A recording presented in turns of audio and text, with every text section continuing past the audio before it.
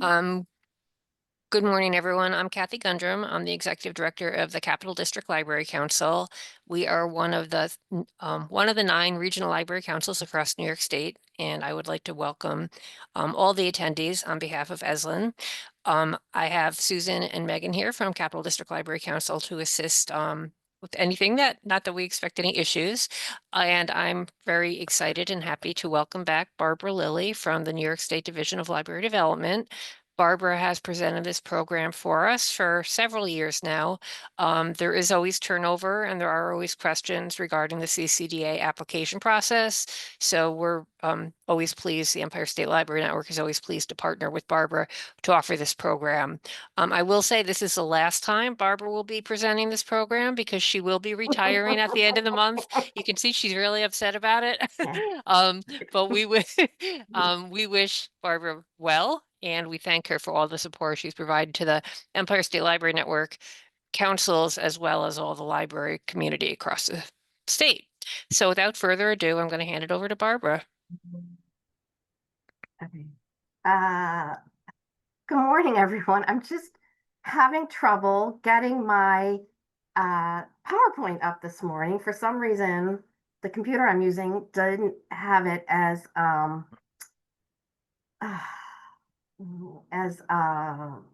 wouldn't let me into our LAN. So I got it sent to me, and now I'm trying to do save as to my O drive. That should do the trick, I'm hoping. Well, Barbara is working on that. I know several academic libraries across the state have been asking about the timeline, and Barbara will be addressing that. Baker and Taylor, the vendor, is working on finalizing the application, and we expect it to be available hopefully sometime this week, but Barbara will get more into details about that. And I'm also, I know Barbara will be going over this, but in order to get CCDA funding, you are required to submit both a paper application and the online application. So we encourage our academic libraries to fill out the paper application and mail it in, and it has specific instructions of where to send it and what color ink to use, and then go and complete your online application. So they've fixed the errors at Baker and Taylor. So we'll have to review it again and to make sure that there's no other problems. The only problem they made with that was that I just sent it to you, Susan. They didn't update the dates for the years and stuff, which would have been really confusing for applicants to understand what year they were reporting on.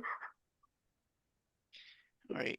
So, yeah, so as Kathy said, I'm retiring at the end of the month. So I have on this PowerPoint presentation the person who's taking over CCDA, which is Lauren Cardinal. Some of you may know her already, but probably most of you don't.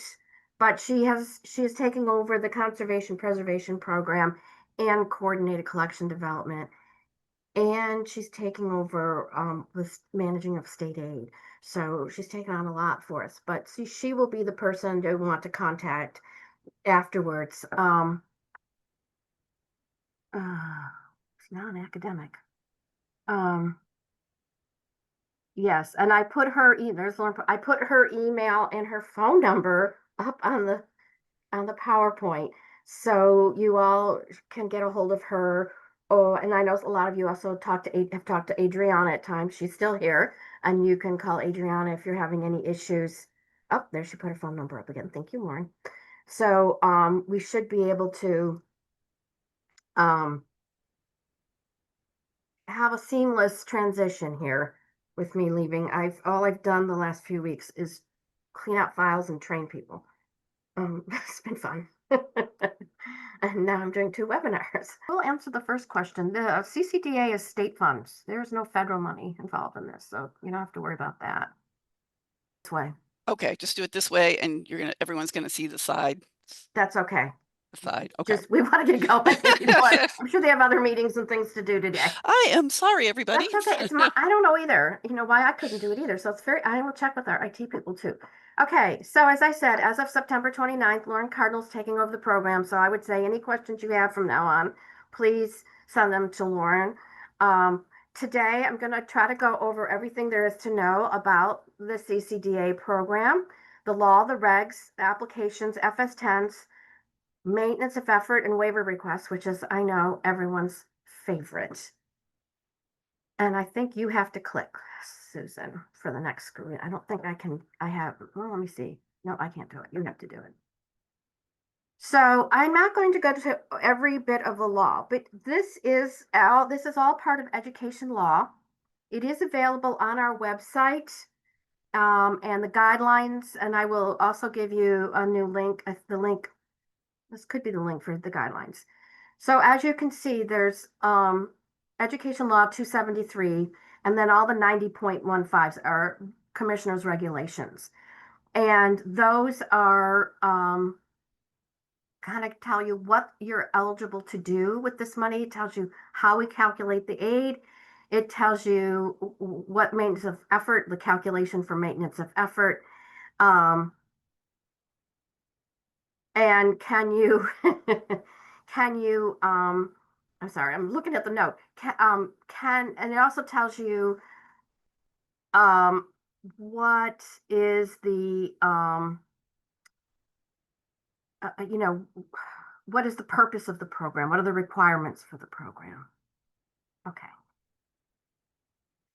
So here's the eligibility and formula. And I'm just giving this to you because I know you're going to get the slides, and I'm not going to read it to you.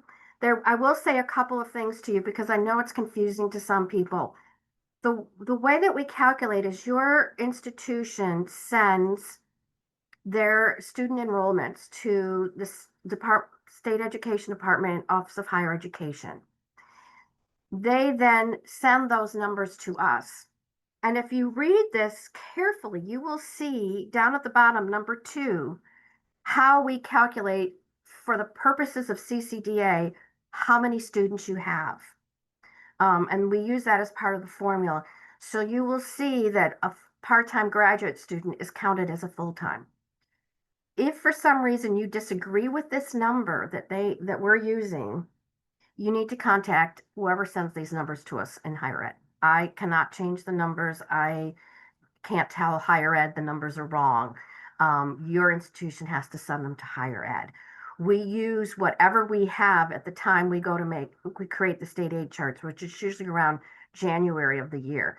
So some institutions are pretty slow about getting their enrollments in, or they haven't done it in a couple years. We use what we have. We cannot keep, what they used to do here is go back and forth and back and forth, and when people set new numbers in, and we just can't do that.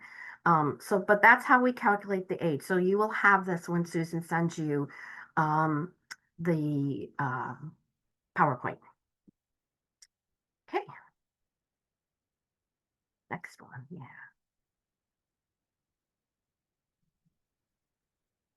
So here's 2 things that you're going to see on your application that are important for you to know, these numbers. So the SED code is the State Education Department code. This is a unique number the department has assigned to your institution. So that's how we know, they know in our finance office who to send the payment to. So every year you'll see the same number there. If it changes, let us know.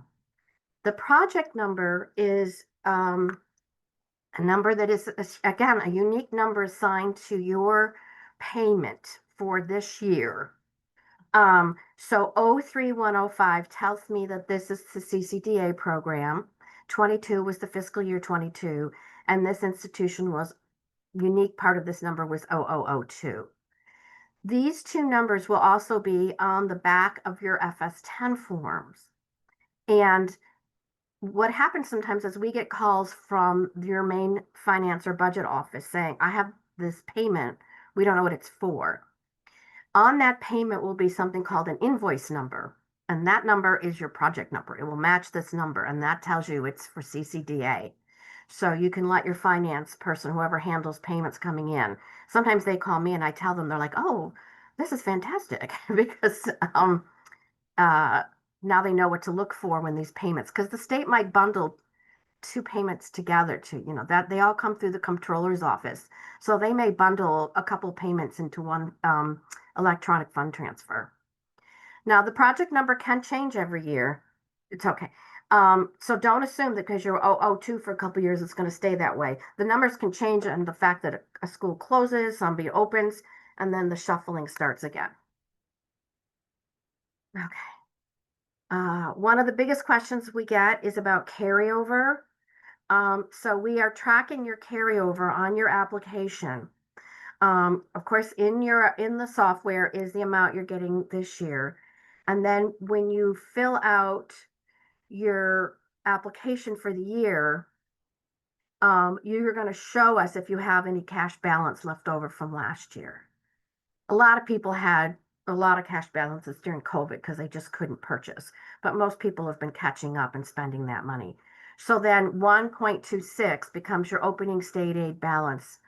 With that includes your carryover and your allocation for this year. That's how much you have to spend this year.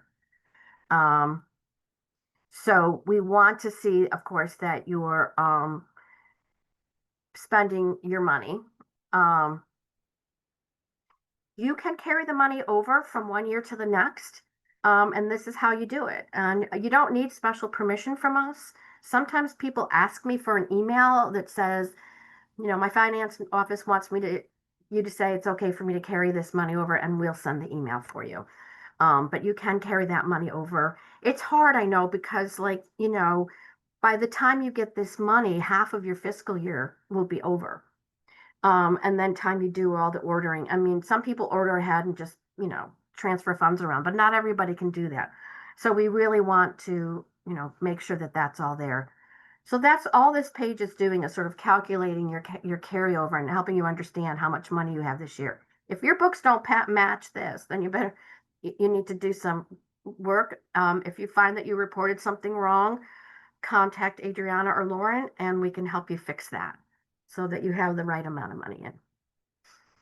This is what the screen looks like when you get in.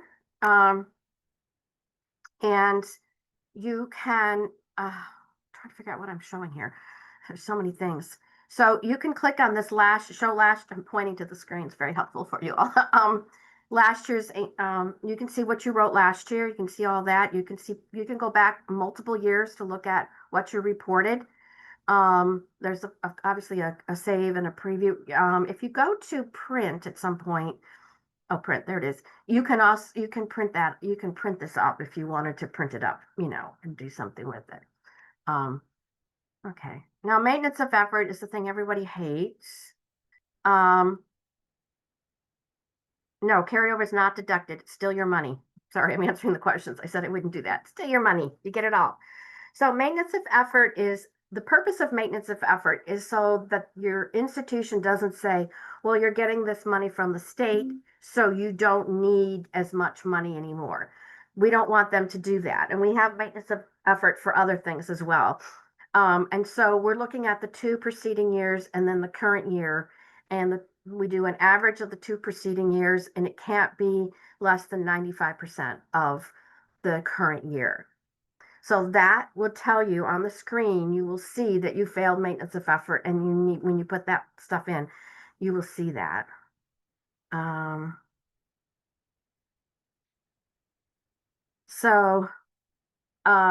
Then you need to fill out your maintenance of effort requests. And there's there's a couple screens here you'll see. I'm trying to look at it. Yeah, no, that's not it.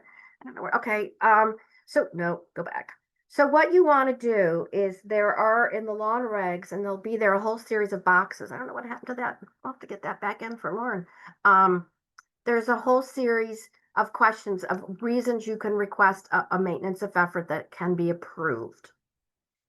Because your director decided to cut your book budget is not a reason enough. You have to show you have to give one of the reasons we give and explain why it is you deserve a maintenance of effort for that year. If you can't give that a, a reason, an approvable reason, we cannot approve your payment. And then you're sort of kicked out for 3 years until you sort of get past that lower amount, and then you can come back in. So you're not out forever, but you are out for a few years. So this is an important thing to bring up, that you want to make sure that your budget isn't cut.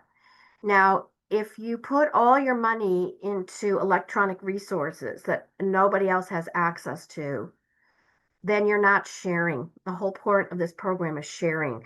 So those can't count. I get that question a lot. Like they just want to go to everything electronic. Well, then if you're not sharing those, you're not eligible. So it's a tough, it's a good thing to know if things are happening within your institution that says you can't do this.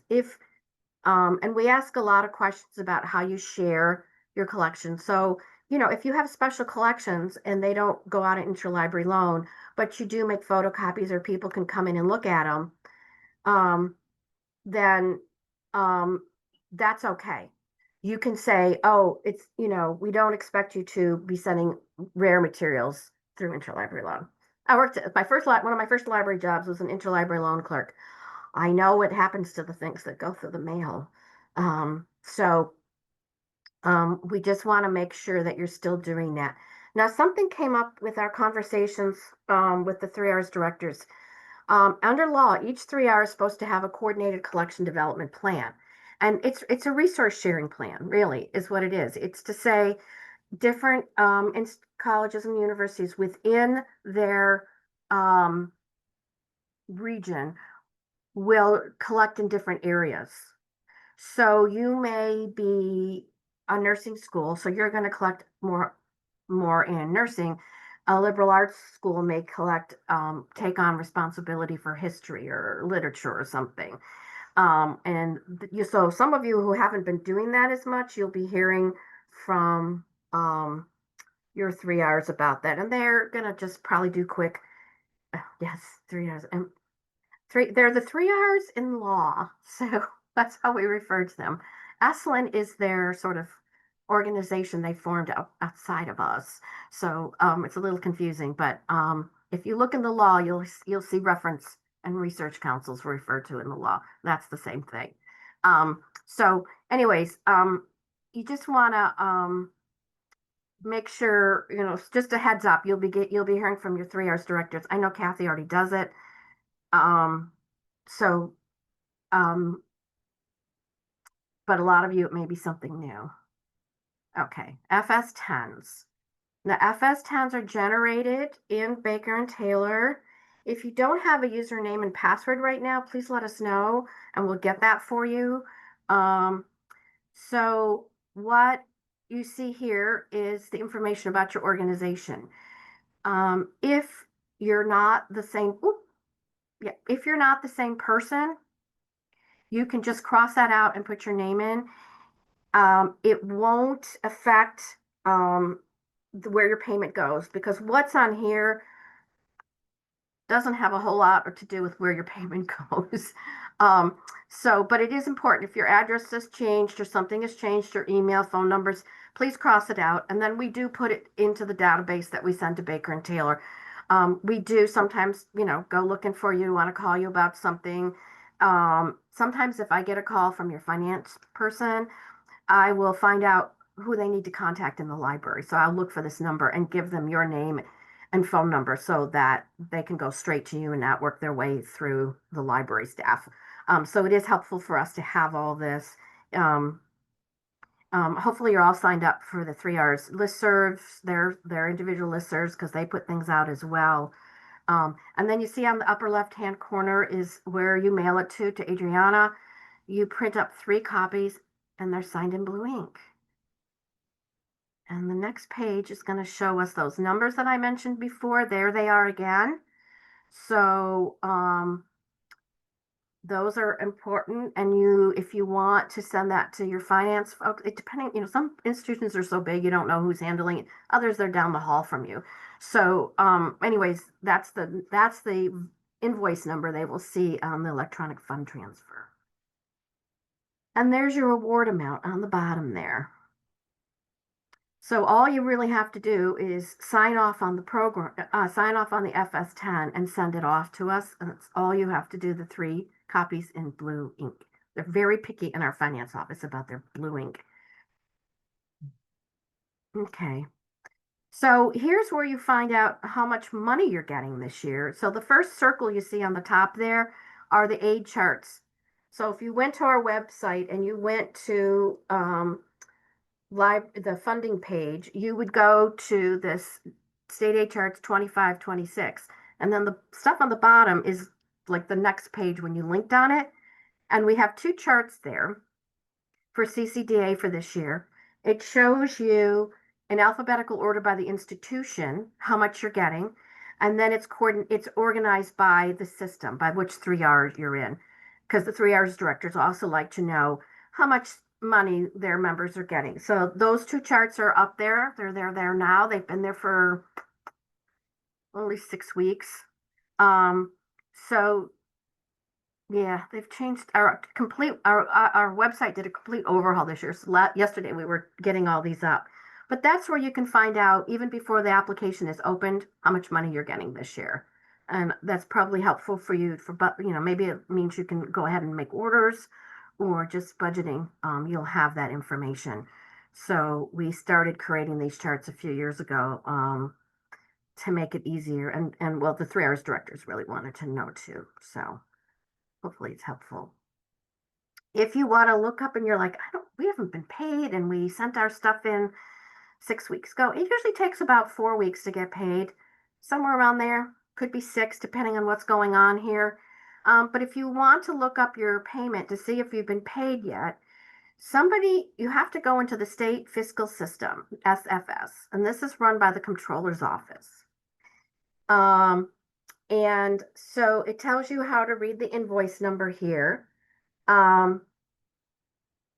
You probably do not have a username and password for this system, but someone in your chief financial office does, and they have a username and password, and they could look up this payment for you to see if the money's come in yet. And you really, I think once you send the application in to us and it's been a couple weeks, I would just if you can, let them know to be looking out for this payment for you. Sometimes people call us and it's been sitting in their finance office for months. They didn't know whose it was and where to send it. So it just sat there and nobody knew what to do with it in that office instead of letting you know. So, if you can do that, if you can let them know what to look out for, then you'll find out sooner. So I hopefully that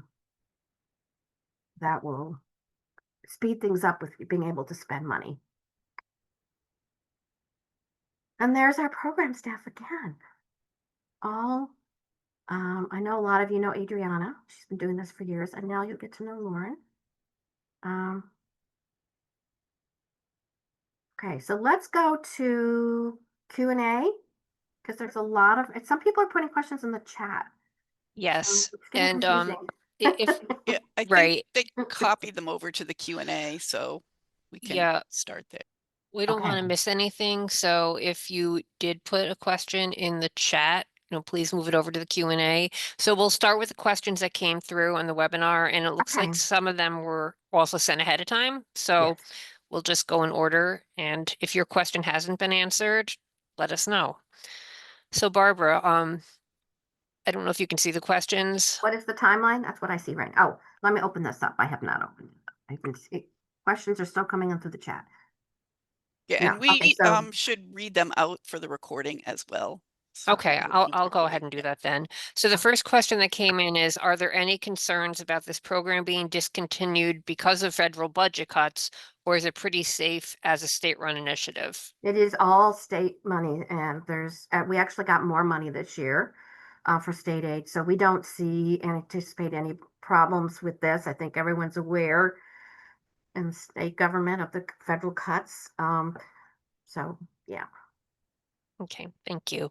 Can CCDA funds be used to purchase individual ebooks that are not available for interlibrary loan? No. Nope. Okay, because they need to be available. Yeah.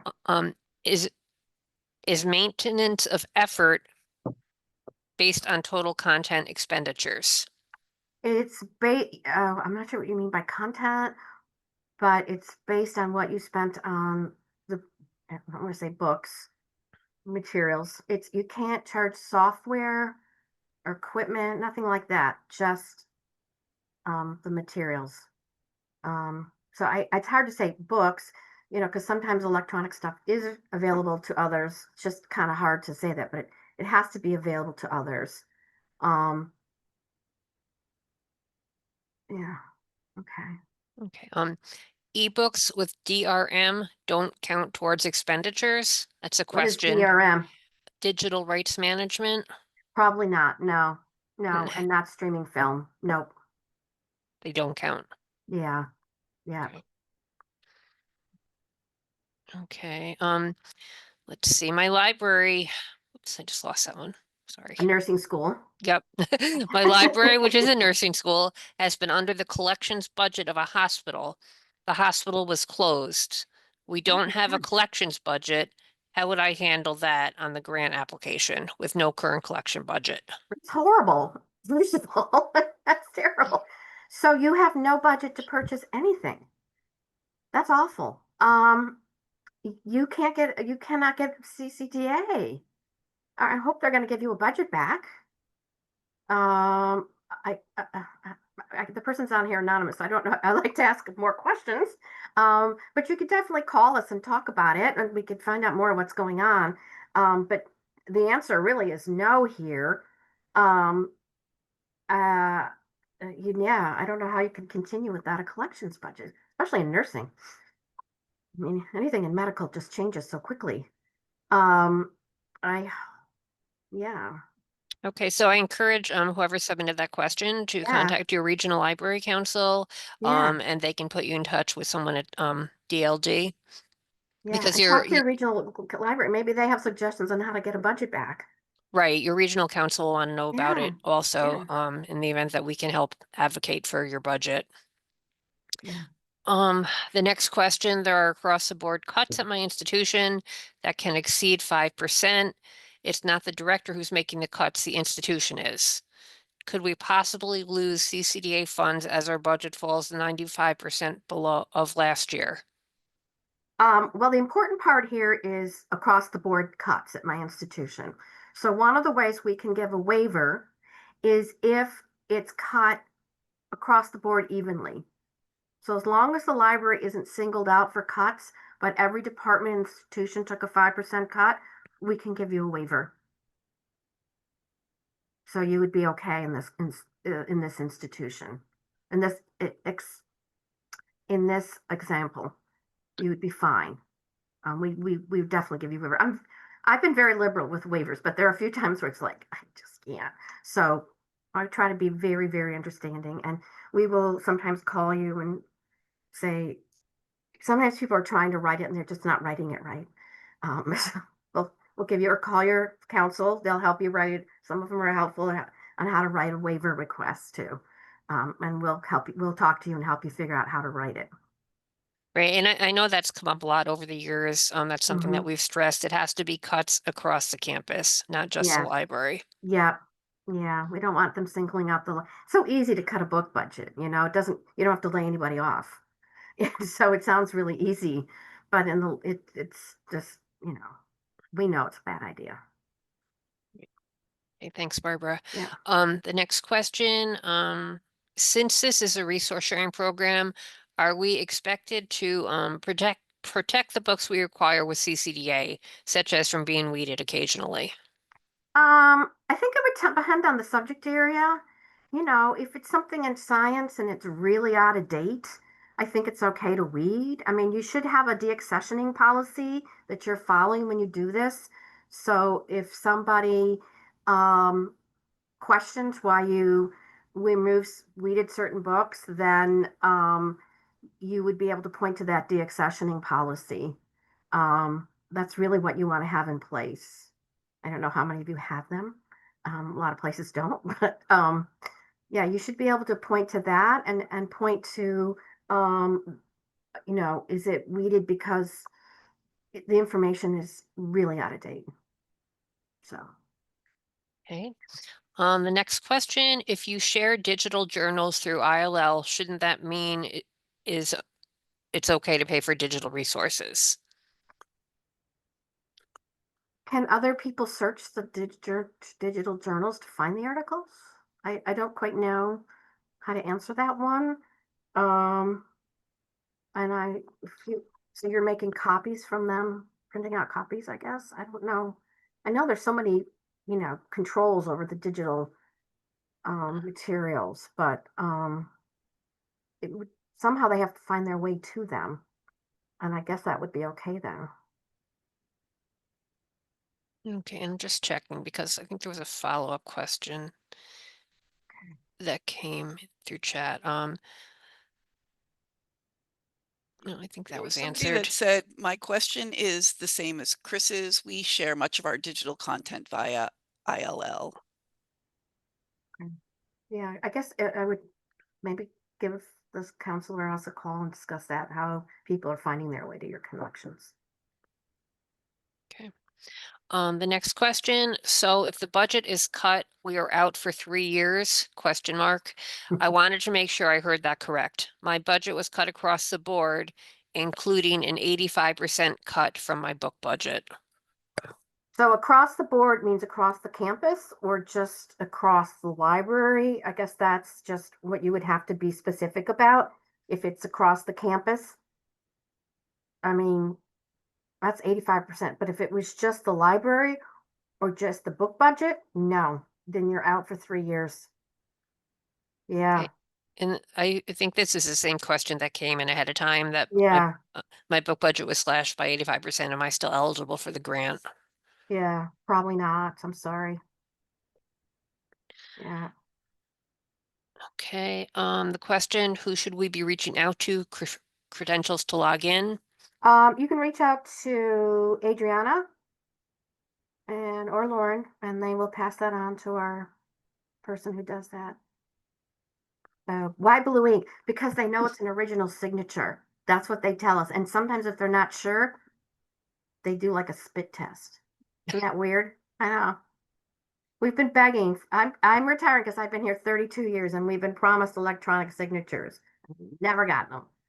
And the only time we did without them was like 2 years of COVID. But I don't know. How do I look for Gobi? I don't know what Gobi is. Okay, I do not have a username and password for Gobi. I believe it's a collection development tool, but our college does. I'm not sure if I need my own as a library director. Okay, this No, sounds only one person has an account. You don't need two. right. Each institution has one username and password. Yeah. I'll talk to Adriana. That's not true. Oh, it's not? Yeah, Adriana's told them they had to send her an email. No, yeah. no, that's not Oh, required. are you on to the next question? Sorry. Yeah. Yeah, And can we just sorry. can we just at least do a synopsis again for the recording? Yes, sorry. Yeah, so before Barbara answers this question, she was told that to carry over the rollover of funds, we need to request a 1-year extension. And Barbara, you're saying that is not the case. No, that is correct. You do not need to send an email to Adriana. You just have to show it. But if you need something in writing from us that says it's okay to roll the funds over, we will do it. We will create an email to send you so you can show that to whomever you need. But it's not required.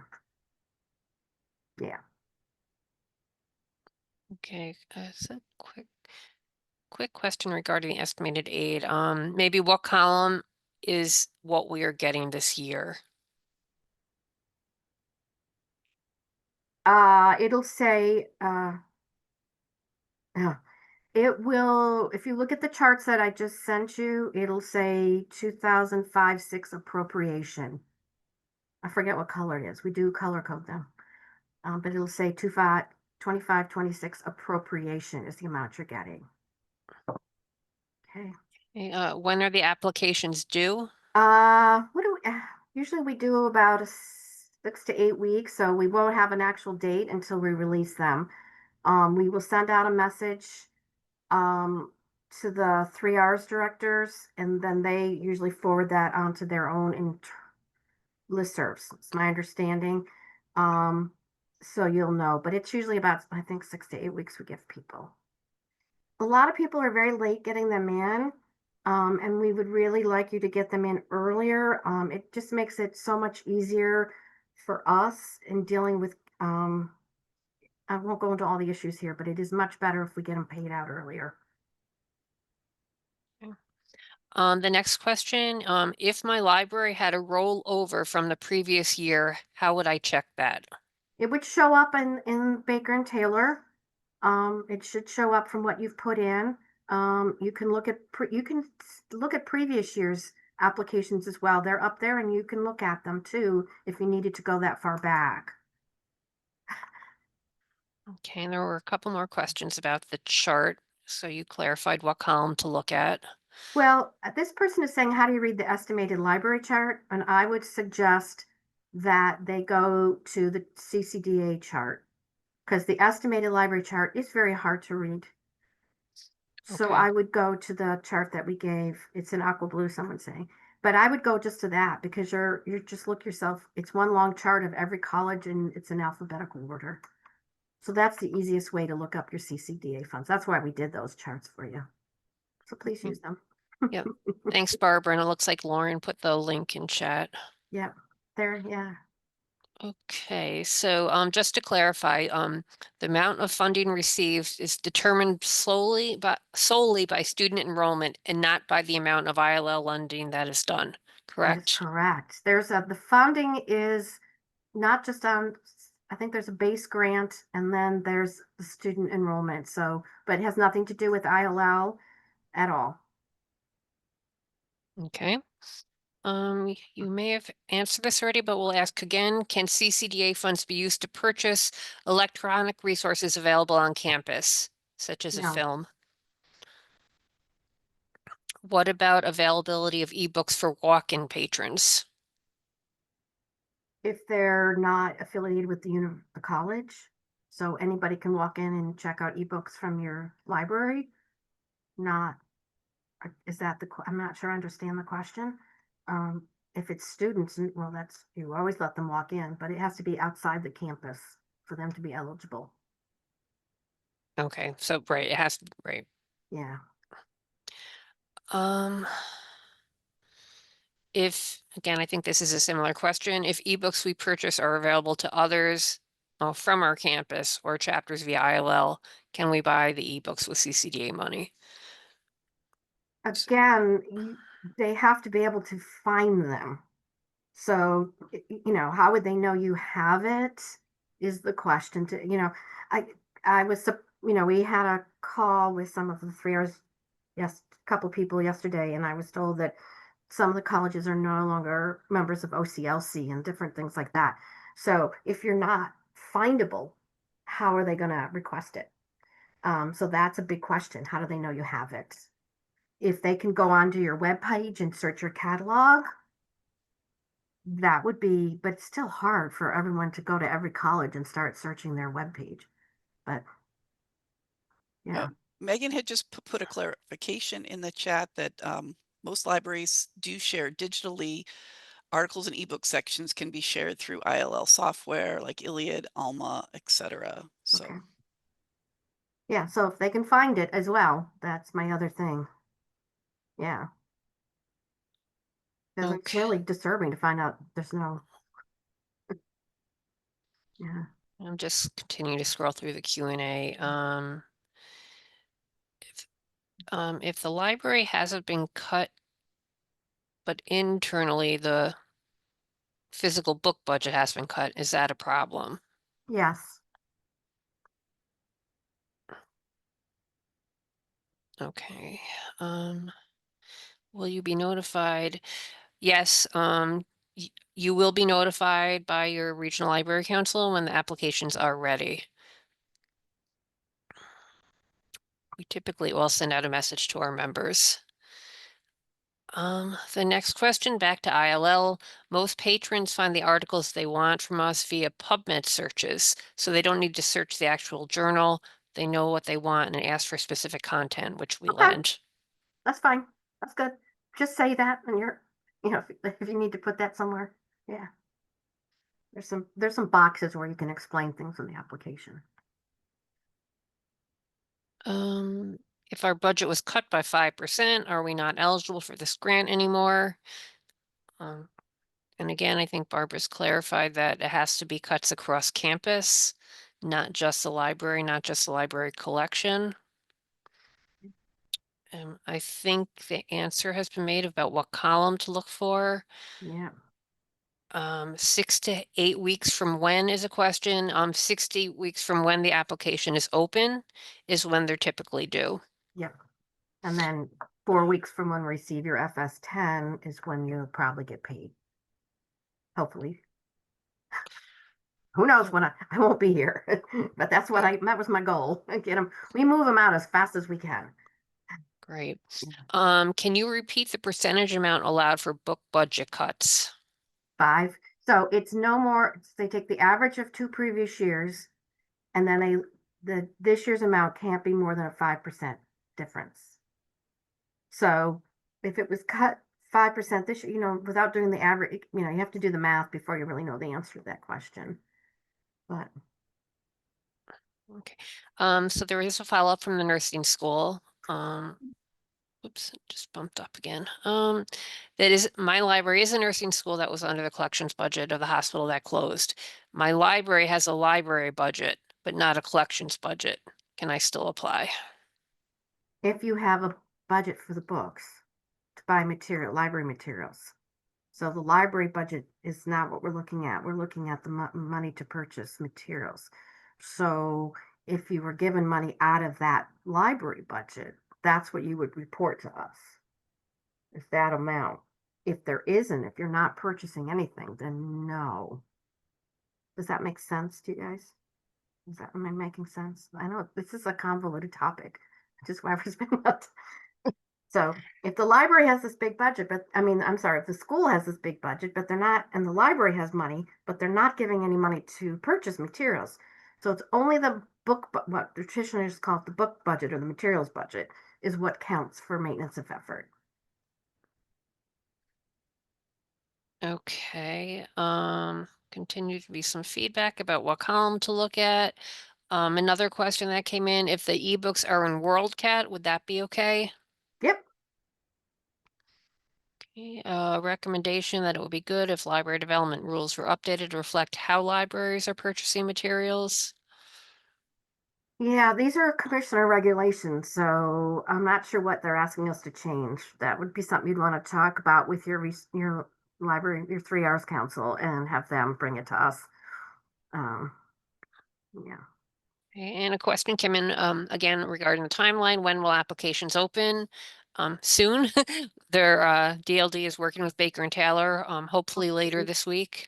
Later this week or next week, unless we find more problems.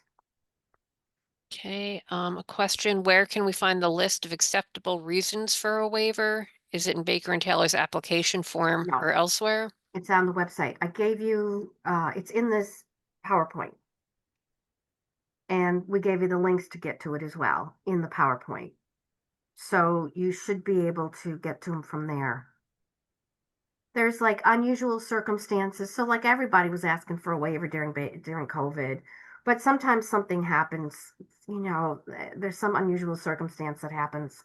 You're moving, you did whatever. So yeah, there are some there. Okay. I can't talk about the columns right now. We can go back to that link and look at it. Okay, I'm just making sure that we got what's in the Q&A. I know questions are continuing to come in the chat. Yeah. So if we miss them in the chat, please move them over to the question and answer section. and some of these are repeats. Again, if non-loanable on-campus only DVDs and streaming films are listed in WorldCat, is that okay? I'm sorry, if non-loanable on campus, not if they're not loanable. Do you let people come in and watch them? Or I'm not sure how that works. Usually we make the exception for special collections because they can't go in the mail. Otherwise they should be loanable. Okay, I'm going to pause for a moment with the questions coming in online. And again, if your question that you put in chat has not been answered, it would be very helpful to move it over to question and answers so we don't miss it. And we did have several questions that came in before the webinar, so I just want to make sure all those were answered. First question is, in what way, if any, does this year's CCDA program differ from previous years? None. Okay. They got a little more money this year. Okay. The timeline we've been over, hopefully, this week or next is when it will start, and you will be informed by your regional library council. The next question that came in ahead of time is, how can we ensure application approval with decreasing acquisition collections operational funding? I would advocate, tell them you'll lose your state money. So that if they cut you by a certain amount, it's not just that amount, it's the amount you get from the state. So I would bring up that amount that you get each year from us and hope that that can help them, persuade them to at least not go above the 5%. Yeah. Okay. Does the library have to have its own subscription budgets to apply? We are a school of nursing that is part of a health system. I guess you don't have to have, you'd have to show us how much you spend each year. So that, if you can do that, that would be okay. Yeah, so if you've got so much each year to spend, if this is the first year that you're doing something different because you were part of a hospital and now you're starting, so you might just put that in your notes about unusual circumstances, just so we understand what's going on. You still might get a call asking you, but at least it gives us an idea of what you're dealing with. Okay, thank you. Mhm. And these are more kind of resource questions, and Barbara, if you don't answer them, possibly others can answer them by putting them into chat. Okay. One of the questions is, can you share with us some free resources that we can use for collection development if we do not have a collection development librarian, and also any paid resources? Talk to your 3 Rs. This is Okay. interesting, as part of when we talked about the collection development plan too. So you guys will have fun. Yes, Megan, I'll be talking to you here at CDLC. But if anybody does have any free or paid resources that they use at their academic institution for collection development, feel free to share that in the chat. And this is another question for you, Barbara, but again, others can chime in. Do you think the increasing digitization of resources has impacted CCDA specifically and resource sharing in general? I think it's created a lot more questions, and then there's these concerns about the interlibrary loan where it comes in. It really doesn't, when they were books, it was easy. You could photocopy or mail them to people. Now, I know a lot of publishers are very strict about, you know, sometimes the number of uses, the what you do with it. So I think that makes it much more complicated. But the point of this program is resource sharing. That is the purpose of CCDA. So if there's not resource sharing, then going on, then it's really not meeting the purpose of this program. So that's the hard part, I think, is how do you share your resources in this environment with some publishers who are so strict about them letting you do that, or letting people have passwords who are not part of your system. I don't, yeah, that's the part that's hard, I think. Hey, thanks, Barbara. Mhm. Somebody did share some possible collection development resources. Thank you, Kim. Resources for college libraries is a good source, and also choice reviews. Mm, I remember that one. Let's see. So those were the ones that came in ahead of time. I'm just switching back over here. To see what we missed. What happens if we are not able to fulfill our obligations of getting the grant? I'm assuming that's because of a budget cut. I would still put in the application so that we could deny you a waiver, and that sort of starts the clock ticking for you to come back in 3 years. So I would still do it and still give us your reasons. And you can also then show your administration, we lost this money because of this cut. And you have it sort of in black and white there.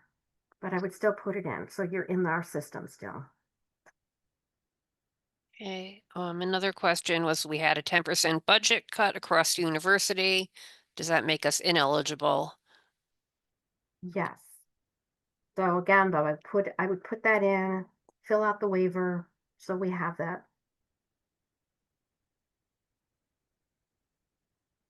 Okay. With carryover funds, is there a limit on how much you can carry over or the number of years you can carry those funds over? Only a year or two. We want you to spend the old funds first and then the new funds. Yeah. Okay, someone also shared in chat that you can get free access to choice if you volunteer as a reviewer. So maybe you're aware of that. Somebody mentioned that they see on their charts that their estimated amount is reduced by 10% from last year. Most libraries don't have that percentage decrease.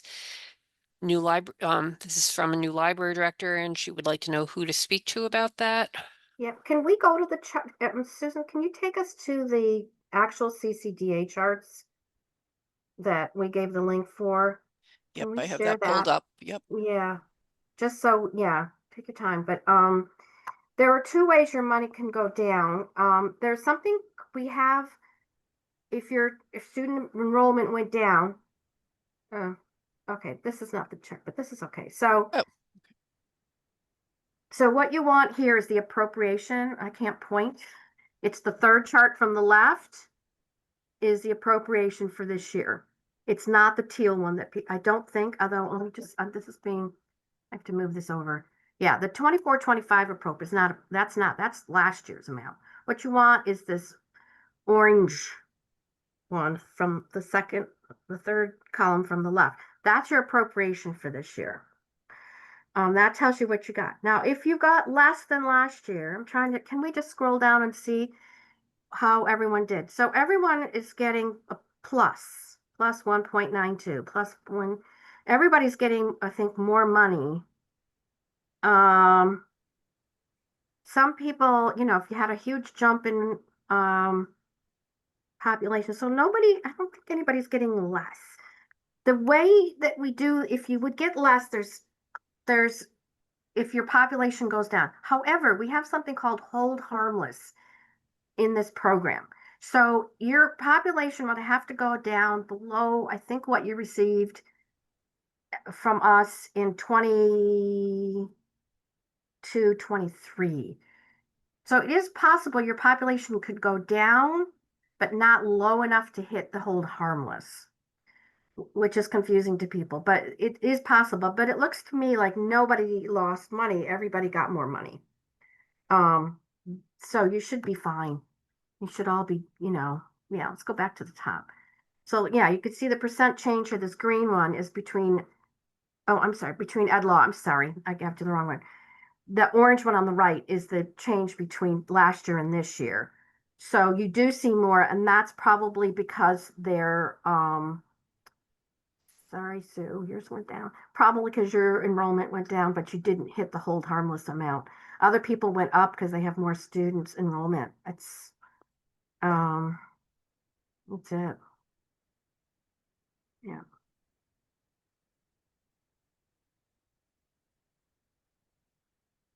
And you can see this, can we go back to the top again? So you see here, 03, 04, those are the numbers we're using to calculate your aid. So there's your FTE. That's what we calculated as your number of students. You get everybody gets a base grant of $4,400. And then you get this per student grant, which is based on that FTE. And that's how the formula works. And then of course, this year, I think everyone got above ed law pretty much in a lot of cases, because we went over in the appropriation that we got from the legislature was more than we needed to hit ed law amounts. So we went over that, which is the first time that's ever happened in the history of state aid, I think. So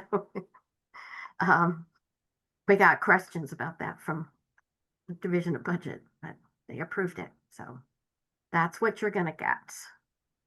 Yeah. All right. Well, that's good news. Okay, so the Yeah. librarian who thought it was a 10% cut You were, was, I know, because someone said blue. It wasn't the blue, it's the orange. okay, yeah. It just didn't have the year. That's the problem. For some reason, we only have a prop there and we don't have the year, so it's confusing. Okay. Thank you. Yeah, that chart's a lot to take in. It's a lot. And when I used to do these in Excel, and it was 34 pages of spreadsheets for all of estate aid, and it was a nightmare. Now we have it in Oracle, and it's much easier to do. But unless you spent years looking at these, they're just weird. Right. Yeah. So Okay, I'm gonna pause again. I think we got to everybody's questions. If we did not, if you have any questions that have not been answered, please put them into the question and answer section, not the chat. And we'll just make sure that we didn't miss anyone. yeah, I think you can take the charts down, Susan.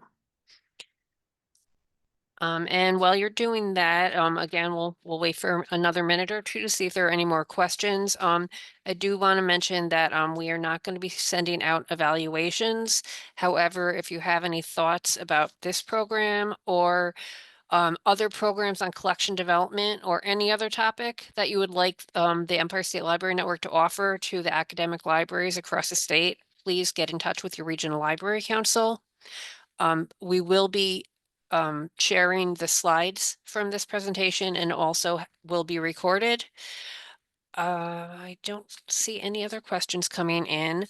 So I just want to take this moment to again thank all of you for joining us and to thank Barbara for her years and years of knowledge.